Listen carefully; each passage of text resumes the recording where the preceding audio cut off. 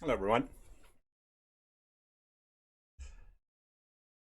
Welcome to the Microbit for MakeCode beta show. My name is Pelly. I work for the MakeCode team, and we've been going through all the cool features that are coming to the new release of the Microbit editor.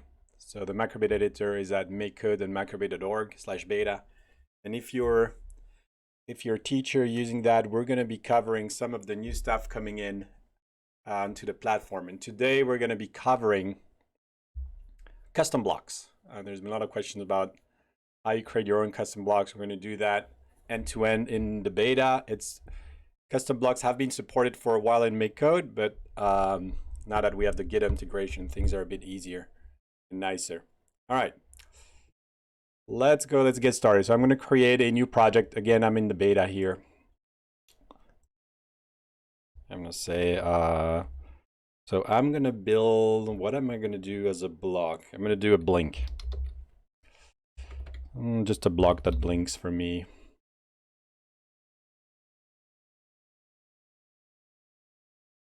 All right, let's go.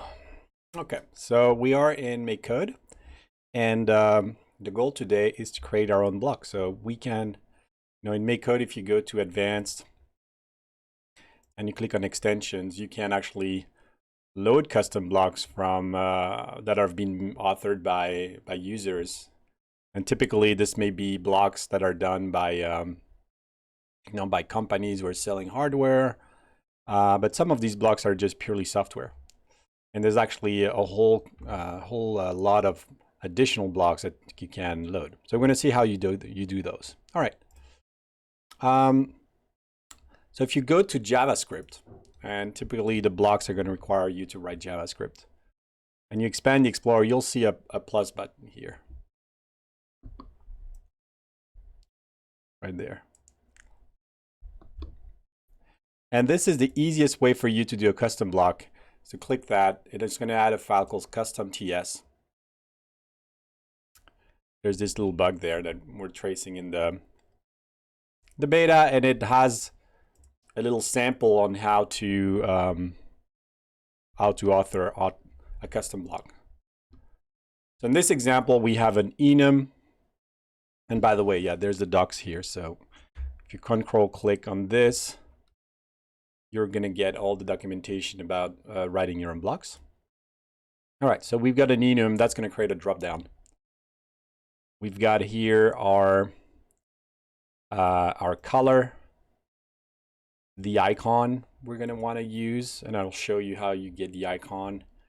And then we got this block with a default rendering. So the whole concept of blocks in MakeCode is that we're going to take an exported function in TypeScript, let's say this one in namespace, and if you annotate it with this block annotation, we'll turn into a block, and we'll figure out automatically the shape of the block based on the signature. All right, so this means that I go back to my blocks, it seems that this pesky little bug is there. So if I go back to my block here, I've got a custom category. And that custom, oh, that's yesterday's coffee. That custom category has two blocks. A Fibonacci block, which is a reporter because it returns something, and a statement block here, foo. Now, let's say I don't like this name here. I'm going to go back to my custom TS, and I can go and provide a formatting. So I'm going to say block. So in this case, I'm going to say block equals foo. Well, let's not call it foo. Let's call it do stuff. So it's going to do stuff with then $n. That's on my parameter, and $s and $e. All right, so this is much nicer. And again, same thing here. I could say fib with value. Now you kind of want to have something that kids can read. I could even do something like this, right? Again, going back to the blocks, my blocks are going to be updated And I can see that the rendering has been updated here. So this used to be the best way we had before to share your block. What you would do is then share this as a project and then add this project as a reference. So copy that. By the way, you can click on this if you want to have a zoomed in version of your. All right, so that used to be kind of the state of the art on how to create blocks. The problem is, if you're going to invest time and energy to create blocks, you might want to put it in a place where you've got full source control and you can actually iterate, fix bugs, and things like that. So in that case, it's a better idea if you're going to start seriously doing blocks to start creating a GitHub project for them. So we're going to be doing that. First thing, I'm going to get rid of the block file. I don't need it. You might accidentally click on that, so I'm just going to get rid of that. It has no effect. My custom blocks are still there. Yeah, so we're going to create a repository here, and we're going to call it microbit blank.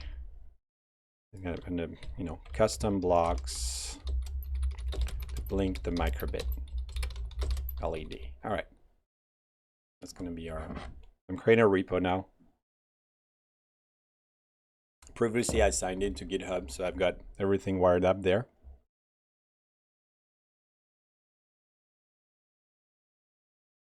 And it's creating the repository and adding all the files. And it seems that our GitHub repo has issues today. See what happened.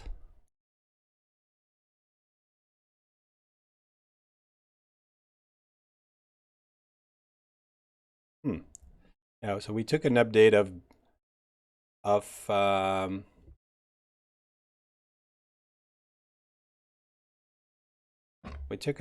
Edge this morning. This might have an implication on the beta.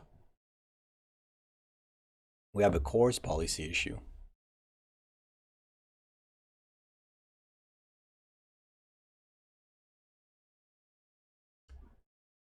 Try to sign out.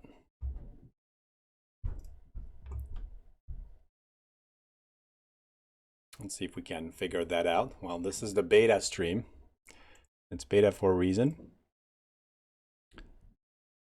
Although this seems to be a rather new.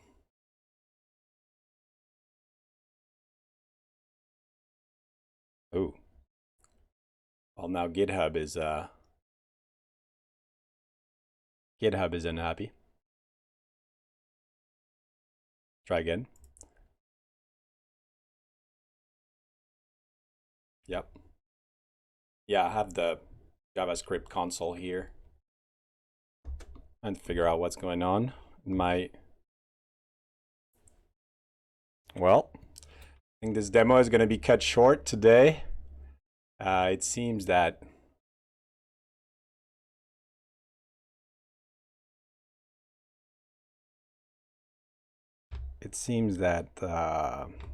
yeah, it's very unhappy about signing me in today to my GitHub account. Let's see if I can get my GitHub repo.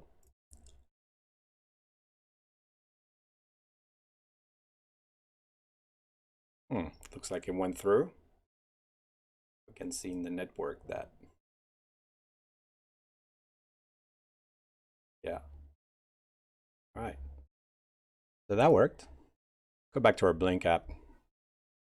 And let's try to create a repo.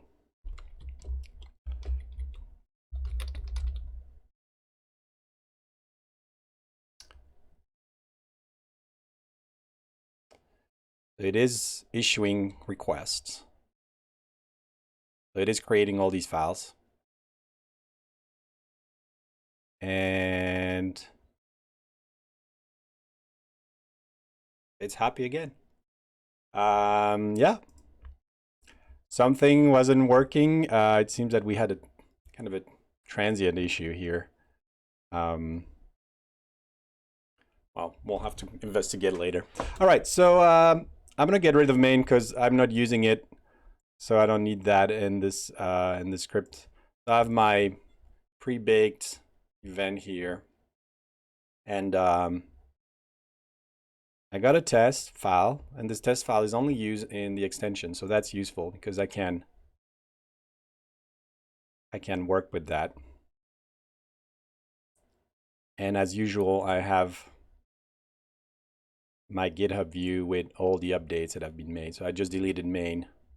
I'm just gonna go and push that. All right. Now that we're in a GitHub repo, the advantage is that it's a much more stable place to store your code, get better history in the long run, and you also get a versioning system. So it's easier for you to control what your users are going to see. So what I'm going to do here is, well, I'm going to remove radio. I'm not using radio, so I'm going to remove that. That means this could potentially be used also in a Bluetooth project. So remove radio, don't need it. And really, really bad typing today. All right, remove radio. There we go. And what I'm going to do is I'm going to test this extension. So in the past, when you were doing the custom, you would test everything in the same project. In this case, what you do is you go into the GitHub view and you click on this test extension project. And what this one lets you do is pop a new project. So we have a new tab here, and that tab automatically references your local copy of the repository. And you can basically switch between the two tabs. I'm going to go and lower this to show that. And that's really how we've meant it to test. So you really test precisely and you test the real thing. So here I can, call it. I can see whether I like the way the defaults are made and things like that. Can go back to my tab with the extension and I can make edits here. All right. So there's a few to-dos here when you're doing blocks, obviously. So I think we're going to rename this to Blink. Because that's our, and I'm going to call that Blinker or animations. Okay. And I'm going to say blink an LED at a particular interval. Okay. So for blink, we're going to take, we're going to have X. This is a number, that's our, and then Y, and then the interval, which is also a number, and that's the number of milliseconds. Okay. I'm gonna clean up my Fibonacci. I don't need it here. Now, as you can see, my arguments are not correct. So I'm gonna say X is the horizontal LED coordinate.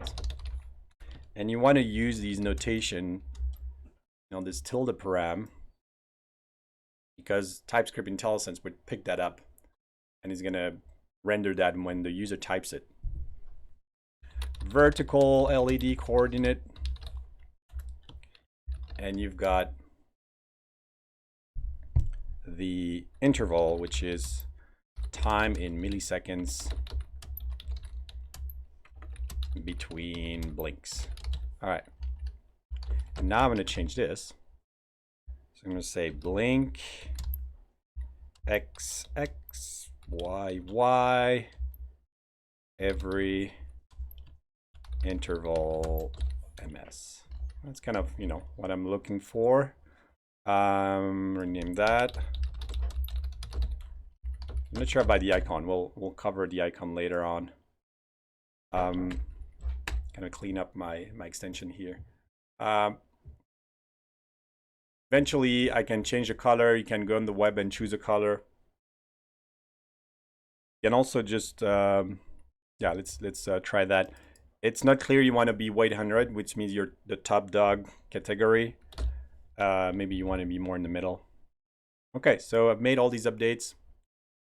Go here, and the block I had is going to be broken. Why we switched to JavaScript. Because we changed the name of the block and everything. And we've got our blink. It looks broken. Something definitely Y is missing, so we need to go back and fix that. Oh yeah. Well, that's wrong. There you go. So X, X, Y, Y, every blah, blah, blah. Yeah. That looks pretty cool. Now, if you do, we'll cover the advanced block stuff later. Now, there's one thing that's happening here is that the ID of the block is automatically based on the name of this API. So once you ship your blocks and if you rename your function, you're going to break the code. So be aware and try not to do that.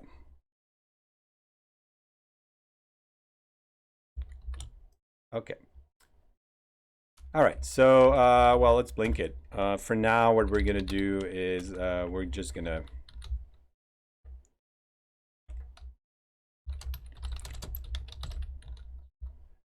create a sprite there.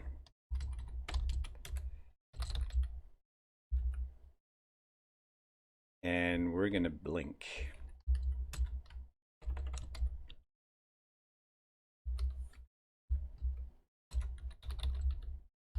I think that should be enough. Okay, so how do I know? How do I test my code? This is where the test function comes into play. And here we're going to say animations blink 0 out of 100. Yeah, although it looks kind of at the wrong spot. Something's going on. Oh, 4, 4. No, yeah, that makes no sense. Need to do that. That's working. In fact, we could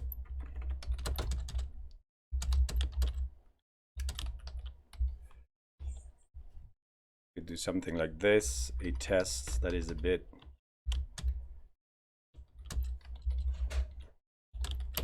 all right.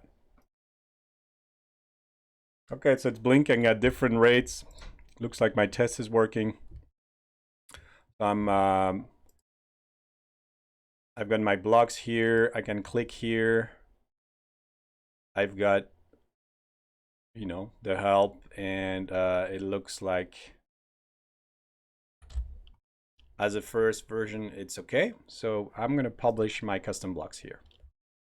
Then click, I'm go to the GitHub, submit my changes.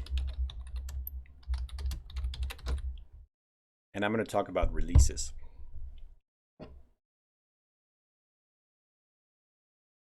All right, now, when you're creating blocks, you can use release to precisely control how your users are seeing what code they're seeing.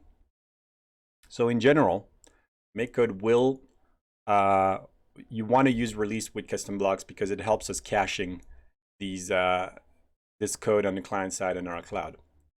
So when you create a release, you're basically telling your user what change you made. In this case, this is my first release.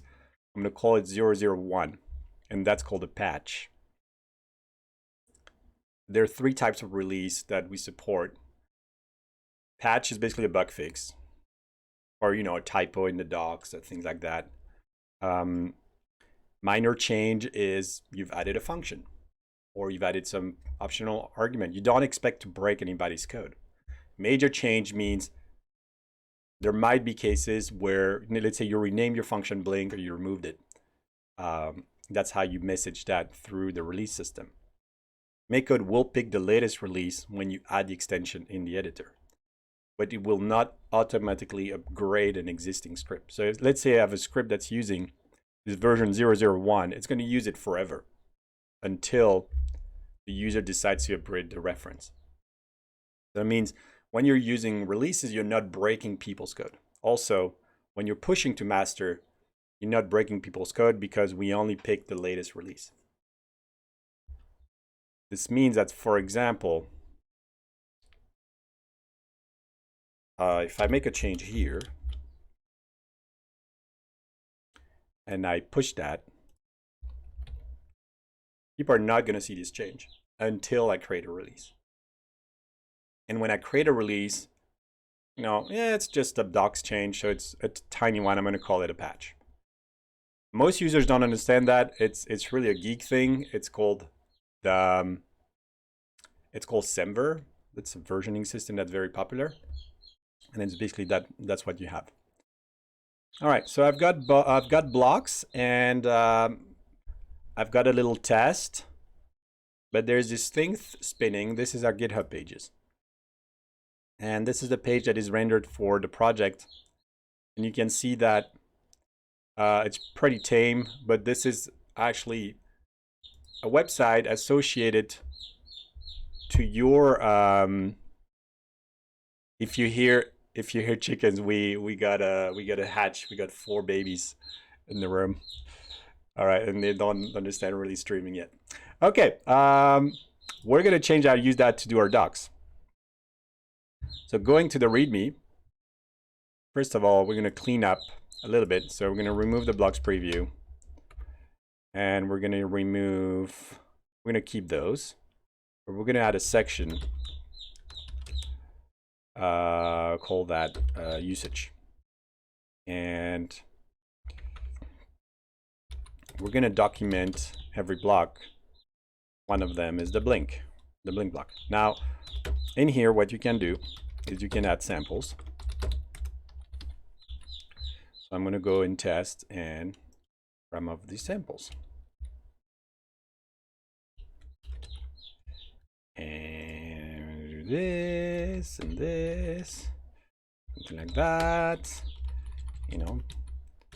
Blinks and LED at a given location. Okay. Click here. It'll render the markdown, although there is a bug right now and it doesn't know the blocks, but we'll fix that for the release. And this is your docs. Now the important thing you want to do here is you want to add a anchor here, and that is going to be animation blink. It is basically namespace function name concatenated.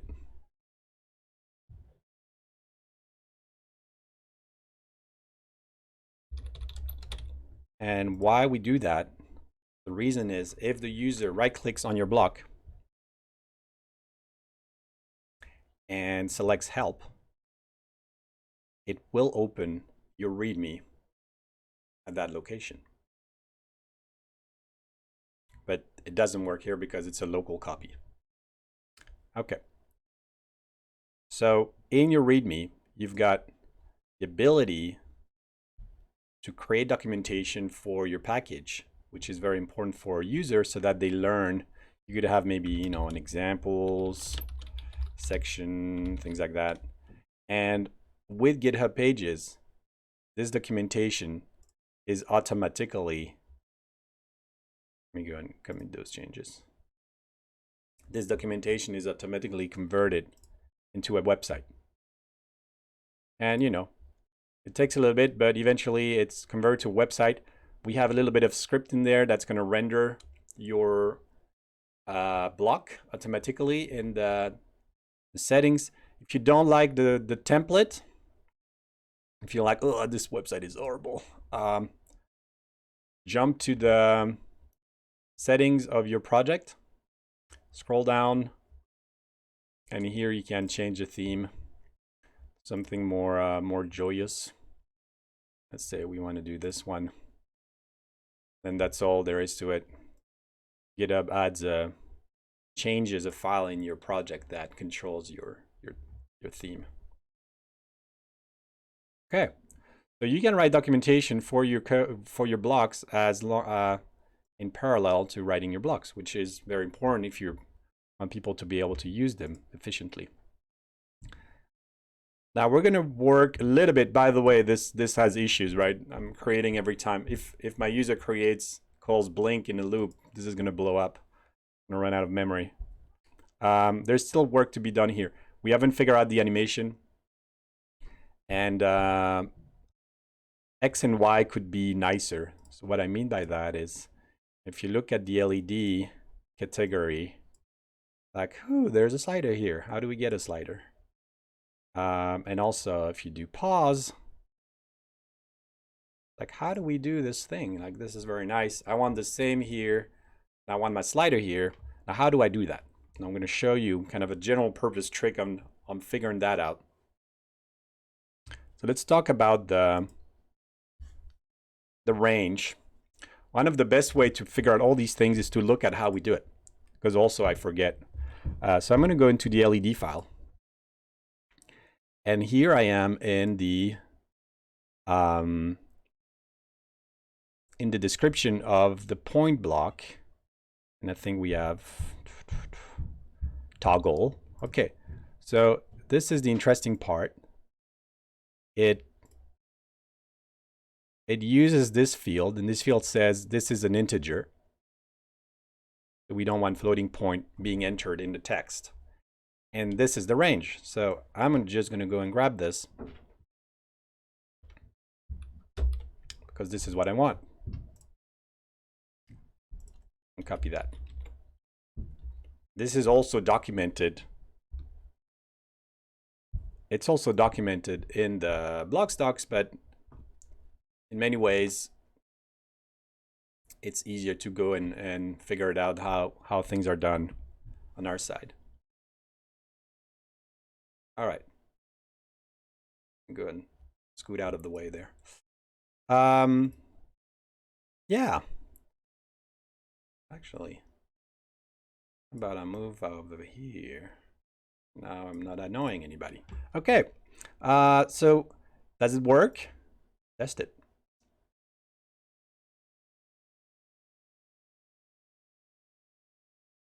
Looks like it didn't work. Let me drag the block again. Yeah, you might have to redrag the block. You already have it in the workspace. And also I can't, it doesn't want me to enter a decimal number.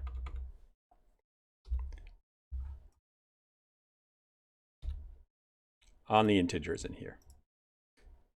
Cool. Now let's take a look at this dropdown. So we want to do the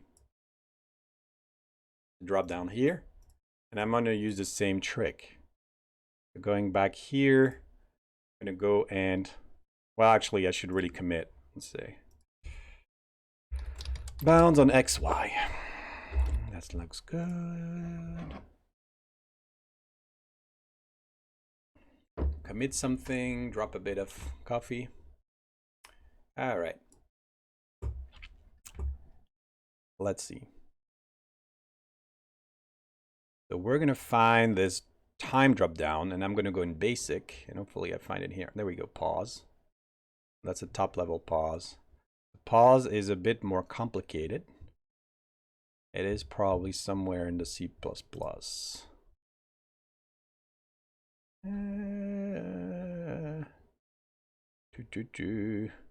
There we go. And here's the golden nugget. Shadow equals time picker. And that controls this shadow parameter.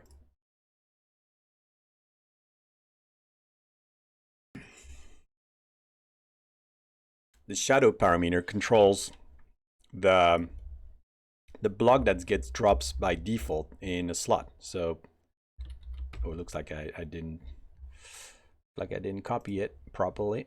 Let's go back, find it all the way at the bottom. Pause, it's here. There you go. Let's copy that. All right, so the last element is going to be this time picker. And interval is the time. So time picker is one of these pre-built time picker we have, and shadow is the shadow block. It's what you drop inside of the slot. All right, so let's test that. Again, I'm going to drop my block, and now we see that we've got a nice drop down. We've got slider here. That's all pretty cool. Nice experience. Cool. Go and upload that.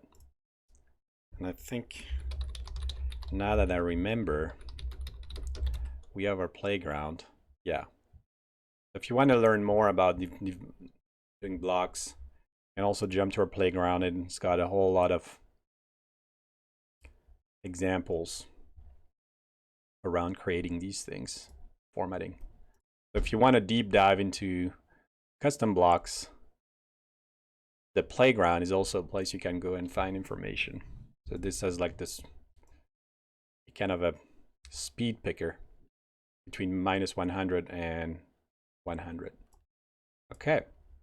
The playground also helps you find the examples, otherwise you can mine them in our code. Now, again, I did a change here. My change is not live yet because I didn't do a release. I'm gonna go and do a release. And it's a minor change, it's just blocks, doesn't impact the TypeScript. Just gonna do that. Okay. All right, so if you're doing a package, the next challenge is gonna be the icon and the color. The color, you go to an HTML color picker, find something that looks vibrant with a white font. Don't take a color that is too light. And the color is probably the trickiest part of this adventure. So you have to go and find the semantic UI icon. This is really not user friendly, so watch out. And this is the icon set plus more. We have an older version of this set, so most likely the block you're gonna find here might work or not, so we're gonna have to kind of do a hit or miss. I'm looking for something that lets me blink. We don't support custom icons for now. Okay, bullseye, there we go. So I'm gonna have to right click and click inspect, which you can't see, but I'm inspecting this node, expanding this, click on before, and right there is the character. We use an icon font, and that is going to be the code you're going to use for your namespace. Yeah, I told you it wasn't going to be easy. All right, so we're going to take this, take it back to our custom extension, put back here, and then kind of patch this. Also, this has to be valid, so it's going to be /u. It's a Unicode code. This is a Unicode character encoding for JavaScript. And you know, if everything goes well, yeah, it's the bullseye. You know, and now you know HTML color picker. Typically, you search for that. You know, now it's kind of built in here in Bing, so I can go and find a color I like. And deeper color is better. Just doing a brownish one. Where am I? You know, make sure you get good contrast between the white font we use and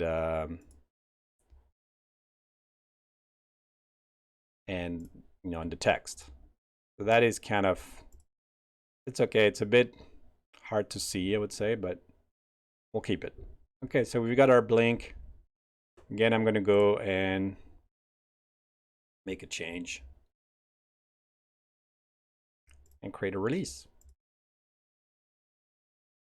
So currently in the cloud, there is caching over the release. There is a 20-minute cache for releases, but we're going to work on that.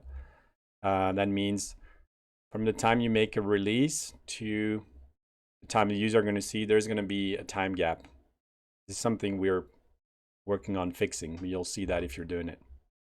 This is my test project. I've got my blink animation. Okay, I'm going to fix the code, otherwise it's going to be really broken. So what I want to do is Let's see. Is there a way to get all the sprites in my game library? I guess there isn't. All right, so I'm gonna have to keep I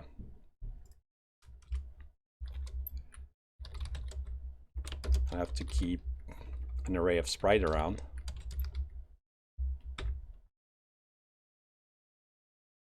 LED sprite. Game LED sprite. Yeah. And you know, find an existing sprite. So we're gonna do equals sprites find.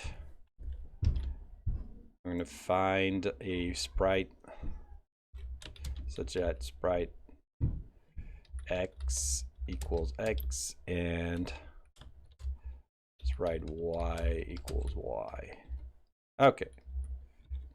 So if there's one, if there's no sprite, then we add it.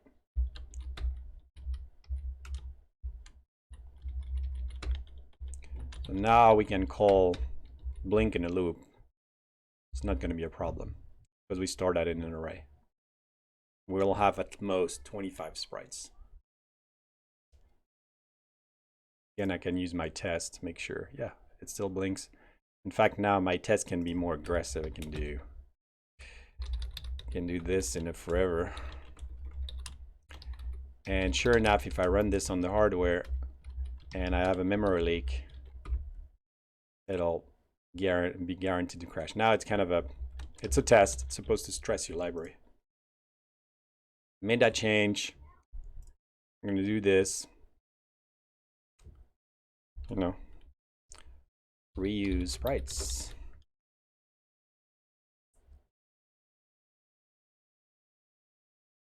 And create a release. I'm not going to make it a minor, just to make sure this is like a big bug fix, so it's worth bumping it. All right, and my script is there, and I've got my my repo here. These are my custom blocks. I can go to my GitHub repository. This is what my users are going to see. They're going to see, you know, a lot of things here, but I've got my rendered page here with examples. I've got how to load this into MakeCode. So, and then there's this build status page that doesn't work, which is interesting. Figure out what's going on there. We have GitHub Actions, which are not enabled, interestingly. I think that's a new, that's probably a new, that looks like something new from GitHub.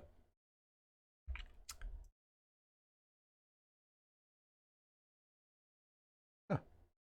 Action enabled. And they're not enabled. Oh well. They may have a glitch right now. Okay, so we've got our website, and how do we use it? Well, there's instructions there. Go to MakeCode, create a new project, and search for that. So let's actually do that. Okay, so remember, this is a beta, so don't go to the release version. You want to go currently to the beta. In the future, you'll go to, where is it? Don't just go there because you may face issue. I would suggest, if you're writing in beta right now, stick to the beta here. But if you're not using any specific thing, this should work here too. All right, let's try that. So I'm going to say entitled. I'm going to go to advanced and I click on extension. Now, how do I find my extension? By default, in MakeCode, you can only search for extensions we've vetted. We actually review every extension that kids can find in the search. You know, if I search for Blink here, nothing is going to show up. that is mine. There's other application, there's my local copy. But how do I find mine? Today, right now, the user has to go and copy this. Okay. This is just to keep the platform clean and safe for the kids and ensure quality. However, if you type the entire link, you will see your extension. Also, you see that it says a user provide extension. We have not reviewed it. There's a link here that will open your, there's a link that doesn't work. All right, and if you click on that, it's going to add the extension to your project, and you can see that you've got your custom block. If you drill into the JavaScript and you see the Explorer, you'll see that there's a version number here. In fact, the user can request to update but it is fixed. So the user has picked this version 0.1. We will not upgrade it. You can make changes to your, as long as you use releases, you can safely make changes to your blocks without breaking existing programs. And this should have gone to the help and it's not going to. So something may have broken there. We'll have to figure that out. We'll go and fix that. But that's roughly the story on how you can create custom blocks and ship them to your users and have your users use that. And we'll cover more. We'll cover more about custom blocks, specifically what happens when you have multiple repositories and how you work together. This is a good time to stop. One thing important to know is that if you want to be in that list, there is a process where your package can be approved. And I think if we go to microbit extension, there's a link at the bottom where you can find. So this is like the list of approved extensions we have for microbit. You see that, if you're building hardware and you have a package, you probably want to approve it. And if you scroll all the way down, yeah, there's a lot of packages. Yes. Chukuchunk, using extensions, build your own. Build your own. GitHub setup, testing, approval. Yes. Approval. And here's the requirement. Okay, you need a release. We've done that. Okay, we need to drop an icon file in GitHub.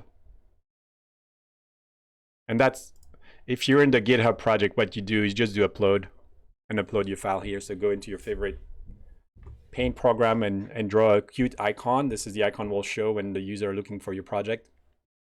Make sure it's called icon.png and it's rather small because we try to not being too heavy as far as download. We've got a GitHub repo description, we got a help. We need a test file, we need a README. Oh, we need one more thing. We need an MIT license. I forgot to get that. Make sure to add that to our checklist. So where's my repo here? Test blink. Nope, that's not what I want. That's my test. That's my repo. I'm going to go into my extension. There's add license here. So you're sharing code and, well, you need to add a license to it. You can pick any license you want. If you want to be approved, you have to use MIT. So I'm just going to go here and say submit.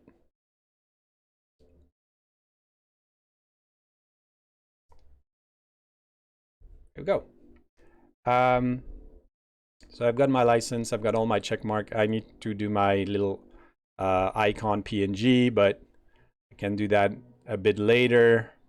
Got my link here. So this is all ready to go.